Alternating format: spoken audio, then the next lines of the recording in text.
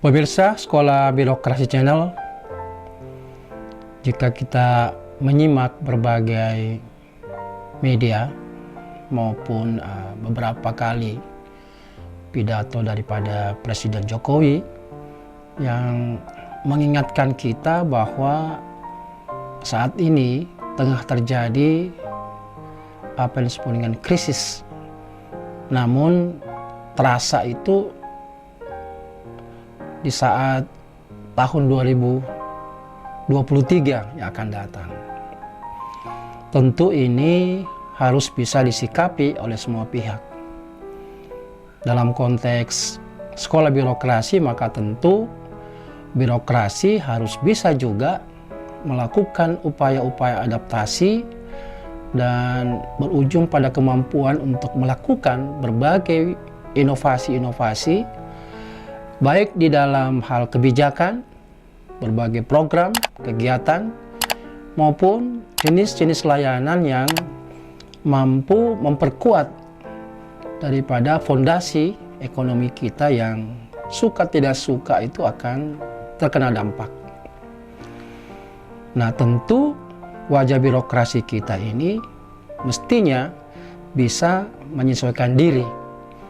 Dan kali ini kita akan sedikit membahas bahwa ternyata wajah birokrasi kita ini masih dipandang memegang kebiasaan yang disebut dengan birokrasi yang masih feodal. Tentu pertanyaannya adalah mengapa dikatakan birokrasi itu masih feodal? Nah, kita tahu ini tentu berkawin-mawin dengan nilai-nilai yang berkembang di tengah masyarakat kita antara birokrat dan masyarakatnya, di mana kita mengetahui bahwa ciri daripada masyarakat feodal itu adalah masyarakat yang berorientasi pada nilai pemberian pelayanan kepada strata sosial yang lebih tinggi, yang berlebihan terhadap dalam hal ini penguasa, para pejabat, birokrat, atau mungkin orang-orang yang dituakan di lingkup mereka. Nah, di dalam konteks birokrasi, maka feodalisme ini masih bertahan ya, dan berada di dalam sistem sosial atau sistem politik kita yang kemudian memberikan kekuasaan yang besar kepada golongan birokrat, dan tentu termasuk birokrasinya, di mana seluruh aktivitas pelayanan pemerintah itu kepada masyarakat berlangsung. Nah, berbagai hal yang kita bisa kontekskan kenapa kemudian birokrasi itu masih dipandang feodal. Nah, dalam konteks Indonesia tentu tidak bisa dinafikan bahwa sudah terjadi perubahan. Namun sebagian masih berlangsung. Nah, ciri-ciri inilah yang coba kita urai sehingga ini bisa menjadi cara bagaimana agar kedepannya peninggalan-peninggalan nilai feodalisme dalam birokrasi ini itu kita bisa minimalisir sehingga senantiasa terjadi sinkronisasi atau keterkaitan antara kondisi yang terjadi di lingkungan birokrasi dan sesuai dengan jenjangnya, dan kondisi aktivitas yang terjadi di dalam birokrasi itu sendiri. Yang kita lihat bahwa birokrasi itu dengan lembaga-lembaganya itu masih belum terlepas ya, dari peristiwa-peristiwa politik atau yang diharapkan tentu apolitik. Karena memang sistem pemilihan para pejabat di birokrasi itu masih terlalu kental pertimbangan-pertimbangan politik, sehingga mau tidak mau ini akan berdampak ke bawah ke dalam birokrasi. Sehingga kita bisa lihat bahwa sistem pemilihan para pejabat di birokrasi itu belum sepenuhnya menerapkan pendekatan meritokrasi atau yang kita kenal dengan sistem merit yang setiap tahun itu diberikan penghargaan kepada baik kementerian, lembaga maupun pemerintah daerah yang sudah berhasil menata sistem manajemen ASN-nya yang kemudian terkait dengan proses pemilihan atau rekrutmen para pejabat itu yang sudah menggunakan pendekatan meritokrasi.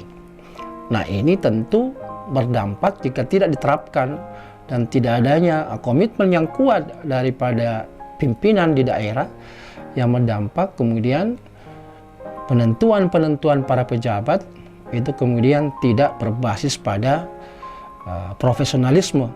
Karena suka tidak suka kita bisa lihat bahwa proses lahirnya para pemimpin di daerah termasuk di tingkat nasional itu sumbernya dari partai politik. Jadi memang berasal dari usulan partai politik yang kemudian dipilih oleh rakyat, dan kemudian ketika terpilih maka mereka memiliki kewenangan yang disebut dengan pejabat pembina kepegawaian. Sehingga proses patronase atau patrimonial atau sistem nepotisme di dalam urusan publik itu kita melihat masih sering terjadi, baik di dalam pengurusan perizinan, layanan, dan bahkan di dalam penyusunan berbagai peraturan perundang-undangan yang sering kita sebut dengan istilah rent seeker. Mereka-mereka yang mengambil keuntungan dari regulasi yang dikeluarkan.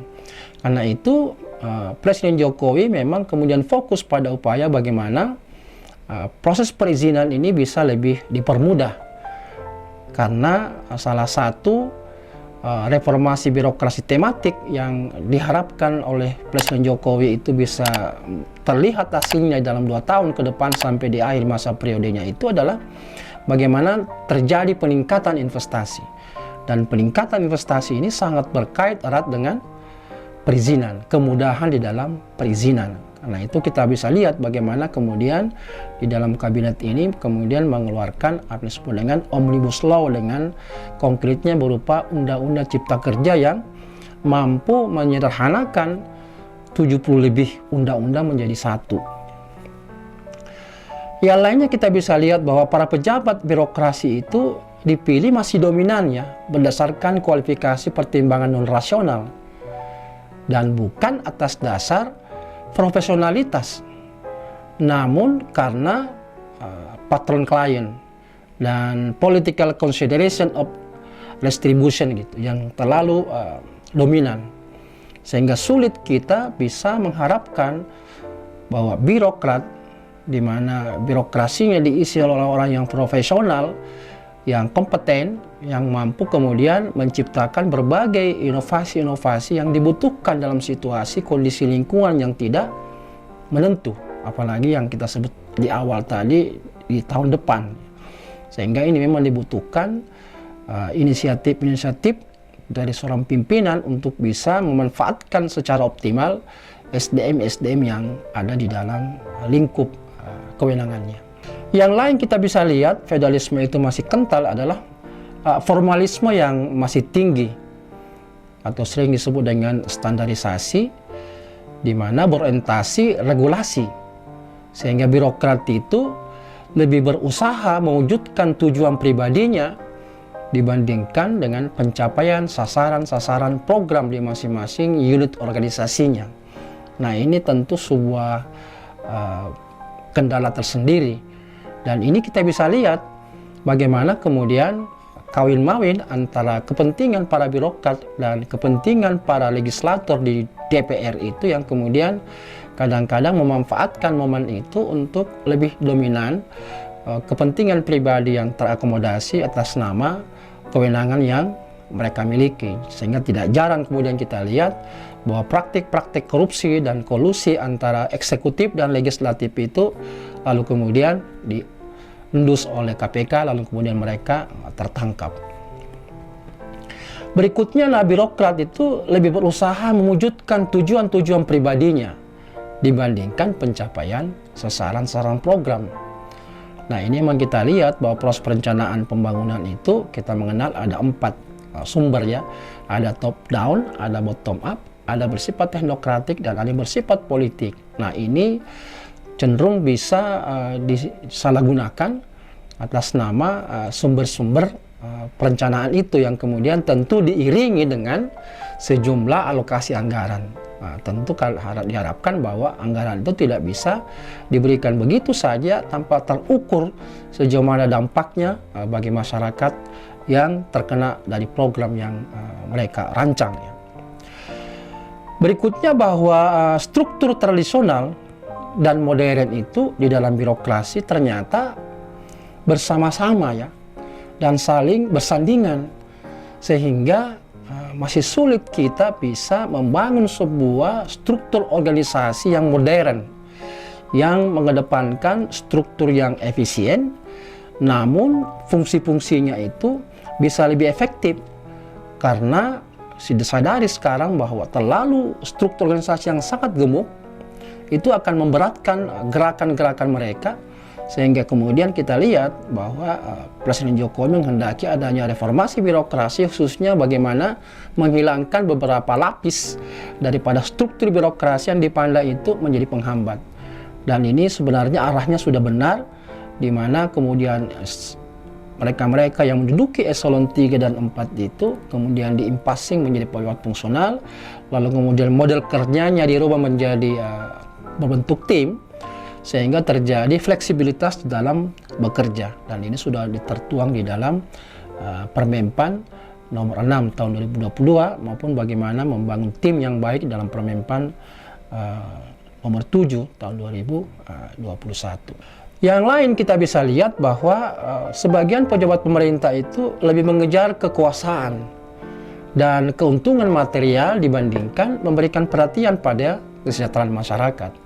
Ini terbukti tidak hanya di lingkup para pejabat di jenjang yang bawah, tetapi bahkan kepala daerah kita bisa lihat sudah 126, mungkin 130 sekarang ini yang tertangkap oleh KPK, di mana menggunakan kekuasaannya untuk menyimpang ya, dari kewenangan yang dimiliki, yang kemudian tindakan-tindakannya itu lebih banyak menguntungkan bagi kepentingan pribadi dan kelompok. Juga kita lihat masih adanya keistimewaan khusus bagi orang-orang yang dekat dengan pejabat pemerintah. Nah, ini yang kadang-kadang masih merupakan bentuk peninggalan zaman dulu ya, di mana apa yang disebut dengan KKN gitu ya. Jadi privilege yang ada itu yang diberikan oleh pejabat itu kemudian memiliki kaitan dengan orang-orang di sekitarnya, lalu orang sekitarnya memanfaatkan situasi itu untuk juga mendapatkan keuntungan yang kemudian menyebabkan kerugian tentu bagi pihak lain yang tidak memiliki relasi dengan para pejabat.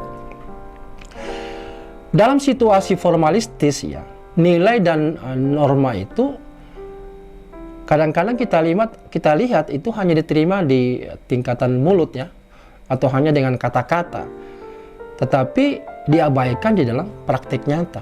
Karena itu kita bisa lihat faktanya sangat sering kita membuat regulasi, sangat rajin, tapi tidak untuk ditaati. Tapi sekedar formalitas bahwa semua sudah tertata melalui aturan main yang sudah dibuat. Tetapi dalam prakteknya, aturan itu tidak menjadi acuan, bahkan cenderung diakali agar supaya bisa mengambil keuntungan dari regulasi-regulasi yang dihasilkan. Nah, mengapa birokrasi ini sangat sulit terlepas dari feodalisme ini?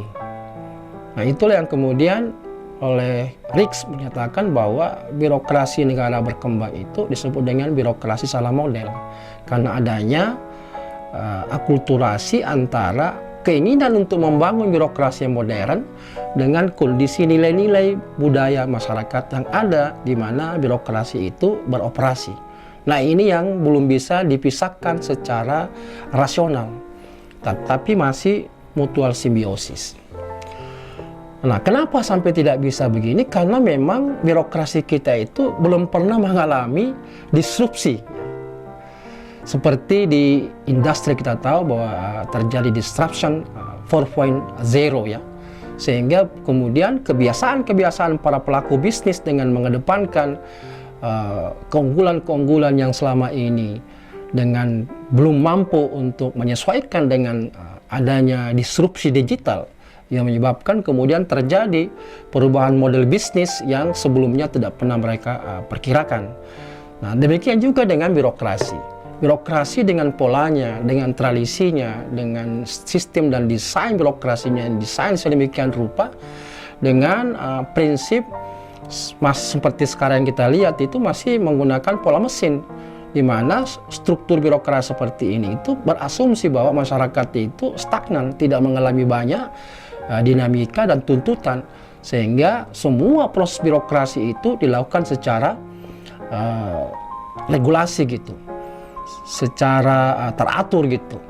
Jadi dinamika secara internal itu kurang berkembang karena ya orang bekerja dalam silo-silo struktur organisasi yang ada tanpa mengupayakan bagaimana terjadi kolaborasi antar potensi dan kompetensi SDM, tetapi lebih dipersempit ruang lingkup kerjanya karena mereka berada pada kotak-kotak struktur birokrasi yang sangat kaku. Dan ini yang menyebabkan kemudian birokrasi menjadi lamban di dalam merespon tuntutan daripada lingkungannya. Nah, ini yang saya kira menjadi masalah, sehingga kita bisa lihat bahwa masih mengarah kepada perubahan-perubahan secara perlahan dan sangat lambat. Sementara di dunia luar daripada birokrasi ini sudah mengalami disrupsi yang luar biasa. Tentu pemerintah sebagai agen perubahan di negara ini, di tengah-tengah masyarakat kita, maka mereka lah yang harus sebenarnya terlebih dahulu untuk melakukan upaya penyesuaian, bahkan kalau bisa bersifat radikal, karena memang situasinya sudah kondisi disrupsi begitu. Ini banyak sekarang yang kita alami ya. Berikutnya, kenapa belum bisa itu karena birokrasi itu belum mampu melakukan interchangeable ya, dan transferability, baik dari sisi resources maupun SDM, termasuk bagaimana membangun sebuah strategi berkolaborasi dengan resources yang dimiliki. Dan ini kita bisa lihat kelemahan di pemerintahan, terutama berkaitan dengan bagaimana mereka mencapai kinerja yang optimal dengan pemahaman yang baik mengenai perencanaan kinerja, kemudian pengukuran kinerja. Ini yang masih lemah di semua jenjang pemerintahan, sehingga ketika dinilai kinerjanya, banyak program-program yang sebenarnya tidak fokus pada pencapaian visi maupun misi daripada, kalau di daerah tentu pemerintah daerahnya, sehingga banyak alokasi anggaran diberikan untuk membiayai program maupun kegiatan itu tidak tepat sasaran. Nah, inilah yang disebut dengan kinerja yang tidak akuntabel, tercapai tapi tidak akuntabel karena tidak tepat sasaran, yang disebut seringkali dengan istilah money program by result. Nah, ini pun kemudian berdampak, kita lihat bahwa masih terjadi dislokasi ya, baik organisasi maupun SDM-nya, sehingga yang terjadi adalah ditempatkannya orang-orang yang tidak dalam konteks the right man on the right place, tapi the wrong man on the wrong place. Nah, ini penting memang mulai membenahi diri birokrasi untuk menggunakan prinsip atau pendekatan talent management yang betul-betul menyusun sedemikian rupa struktur ASN-nya dan ketersediaan ASN yang bagus, termasuk dalam kaitan bukan hanya jumlah tetapi juga kualitas kompetensi yang mereka miliki, sehingga ini keberadaan mereka betul-betul tepat dari sisi jumlah dan tersedia dari sisi kualitas. Apa yang menjadi ukuran ketika dinilai bahwa sistem pemerintahan itu telah demokratis? Maka secara internal birokrasi harus bisa menjadi motor penggerak ke arah demokrasi. Namun yang kita lihat sampai saat ini itu belum terjadi dengan baik, karena peran birokrasi itu masih kuat di dalam kaitannya dengan masyarakat, baik dalam aspek penentuan kebijakan, anggaran, dan berbagai program, yang tentu harapannya dengan situasi kondisi sekarang ini, maka pemerintah tidaklah menjadi aktor utama di dalam penentuan aspek-aspek yang saya maksud tadi, tetapi sudah harus mampu berkolaborasi ya, membangun sebuah pemerintahan yang adaptif dengan mengedepankan misalnya apa yang kita kenal dengan istilah pentahelix ya, pelibatan berbagai aktor-aktor penting dalam proses tata pemerintahan, sehingga kebijakan, anggaran, dan berbagai program yang didesain pemerintah itu merupakan akumulasi kesepahaman bersama, kesepakatan bersama oleh seluruh stakeholders, sehingga program itu bisa efektif di dalam target-target pencapaiannya. Bukti lain bahwa demokrasi internal di birokrasi juga itu berupa demokratisasi talenta itu juga belum terjadi. Karena para senior atau orang tua atau pejabat yang lebih tinggi itu masih mendominasi jajaran pengambil keputusan. Seleksi-seleksi talenta untuk menduduki jabatan-jabatan penting itu belum didasarkan pada meritokrasi. Nah, ini dibutuhkan kerelaan. Kalau kita melihat struktur pegawai ASN kita yang sudah berjumlah sekitar 4 juta ya 180 ribuan orang itu, maka kalau kita teliti itu sekitar 30,5% itu sudah adalah orang-orang yang milenial ya, dari kaum milenial. Namun memang masih mayoritas kaum generasi baby boomers dan generasi X, dan ini yang menduduki posisi-posisi penting di dalam proses pengambilan keputusan. Dan ini memang harus bersedia untuk secara sistematis mulai mempercayakan berbagai kewenangan itu untuk diserahkan kepada pegawai ASN yang muda-muda. Karena bagaimanapun juga, suka atau tidak suka, pasti yang selalu akan pensiun. Karena itu ada proses transisi yang memungkinkan anak-anak muda ini sesuai dengan karakter mereka, budaya mereka dalam bekerja itu bisa terakomodasi. Sehingga potensi mereka bisa kita optimalkan. Karena memang situasi antara kita yang senior dengan yang junior itu memang berbeda proses kelahiran dan lingkungan yang mereka hadapi ya. Nah, tugas pemimpin itu ya harus mewujudkan hal tersebut dengan cara membangun sistem manajemen talenta yang berbasis pada meritokrasi. Pimpinan harus bisa menjadi role model yang terdepan di dalam mempraktekkan hal-hal tersebut, serta mampu mentransformasi kondisi yang kurang tepat ini menjadi seperti kondisi yang seharusnya. Apalagi saya yakin dan percaya bahwa ke depan situasi apapun, kalau kemudian pemerintah itu dibangun atas dasar profesionalisme, kompetensi yang baik, lalu ditunjang oleh kepemimpinan transformatif yang mampu memanfaatkan seluruh resources untuk berkolaborasi, melahirkan berbagai kebijakan, program, dan sistem pelayanan yang mempermudah seluruh proses aktivitas masyarakat, maka kondisi yang diprediksi akan terjadi, situasi yang gelap ini, maka optimisme itu akan muncul dengan sendirinya. Nah, memang ini sayangnya kondisi yang belum baik ini itu kalau kita lihat secara cermat itu belum didukung oleh partai politik yang menyuplai calon-calon pemimpin birokrasi di semua jenjang pemerintahan. Di satu sisi ya. Namun di sisi lain, di tubuh partai politik sendiri itu juga belum terbangun sistem demokratisasi talenta yang baik secara sistem ya, malah masih berupa praktek-praktek feudalistik ya, masih berupa dinasti dan oligarki.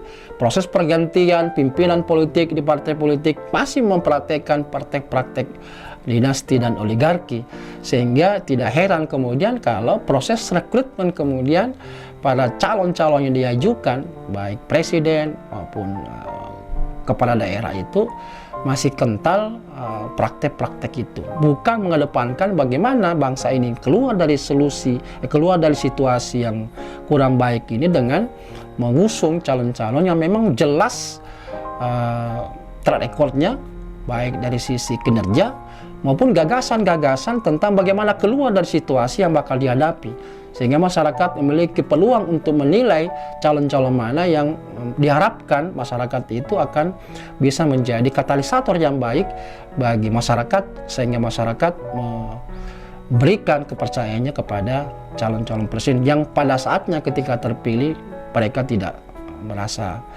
galau ya. Jadi partai politik sebagai supplier para pemimpin yang akan memimpin birokrasi itu, jika kita cermati, masih memperlihatkan feudalistik. Ya, lihatlah tadi sebutkan gejala-gejala di tubuh internal partai politik di mana persiapan pergantian kepemimpinan itu masih belum jauh dari praktek dinasti, proses pergantian kepemimpinan yang demokratis. Nah, inilah saya kira kita lihat bahwa situasi ini dibanding dengan yang akan kita hadapi itu semakin rumit, maka secara internal birokrasi harus berbenah, terutama orang-orangnya ini, untuk bisa secara jelas berkelanjutan berupaya untuk melakukan tindakan-tindakan transisi ke arah menuju birokrasi yang profesional, sehingga peran pemerintah sebagai katalisator, sebagai agen perubahan itu betul-betul bisa dimanfaatkan secara optimal. Mudah-mudahan apa yang disampaikan sepintas ini bisa memberikan pemahaman tambahan bagi para pemirsa Sekolah Birokrasional. Sampai ketemu lagi di tema yang lain. Salam reformasi.